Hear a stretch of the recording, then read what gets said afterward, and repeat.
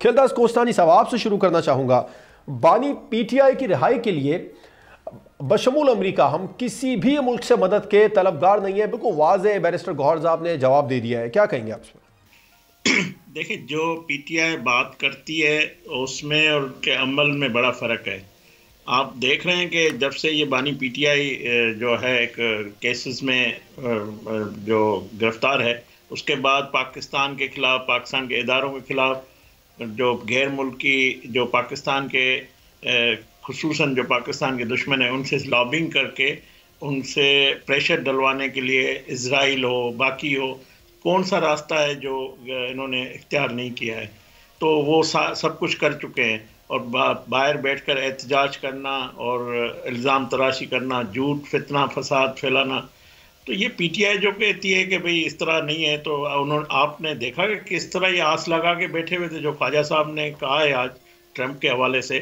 تو اب یہ ساری چیزیں دم توڑ گئی. میں پولیٹیکل ورکر یہ سمجھتا ہوں، بلکہ سب کو ہم سمجھتے ہیں ہمیں پاکستان کے اداروں پہ، عدالتی نظام پہ ہمیں اعتماد کرنا چاہیے. آپ دیکھیں کہ ہماری قیادت ابھی انہی عدالتوں سے فیصلے آئے تھے اور انہی عدالتوں سے وہ سرخرو ہو کر نکلے ہیں.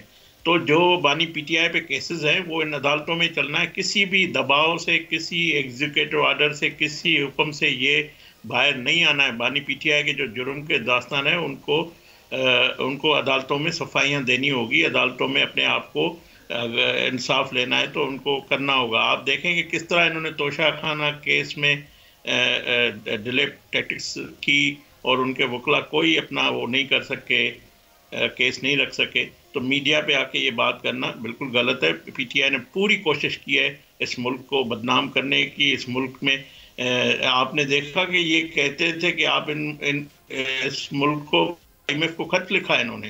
یہ ہمیشہ کہتے ہیں کہ پاکستان دیوالیہ ہے. پاکستان کی تصویر انہوں نے کبھی بھی بہتر باہر پیش نہیں کی. جب حکومت میں تھے تو سفارتی حوالے سے پاکستان کو تنہا کر دیا، پاکستان کے دوست ملکوں کو ناراض کر دیا. اب ہمیشہ ان کی یہ سیاست رہی ہے. یہ فساد کی، یہ فسادی ٹولہ ہے ایک قسم کا. یہ سیاسی انداز بالکل نہیں ہے ان کا. سیاست اس طرح نہیں ہوتی جس طرح یہ کر رہے ہیں. تو میرے خیال میں یہ بیرسٹر گوہر کو شاید وہ تھوڑا میں نے دیکھا ہے سامنے، اس کا مزاج ٹھنڈا ضرور ہے، مگر اس کی پالیسی پارٹی کی اور بانی پی ٹی آئی کا ٹویٹر ہینڈل آپ دیکھیں کیا کہہ رہا ہے.